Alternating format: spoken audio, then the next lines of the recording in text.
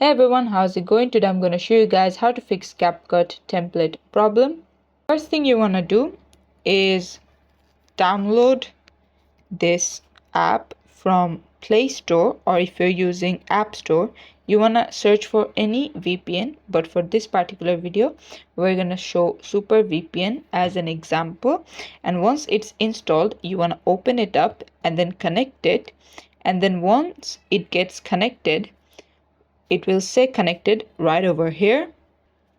You want to go back and then into CapCut, long press, go to app info, storage and cache. At first clear the cache and then clear the storage, and then turn off your Wi-Fi or mobile data and then turn it back on, and then head over to CapCut, and that should fix the problem for you. And this is how you can do it. Thanks for watching. Please leave a like and subscribe for more tutorials like this, and I'll see you guys in the next one.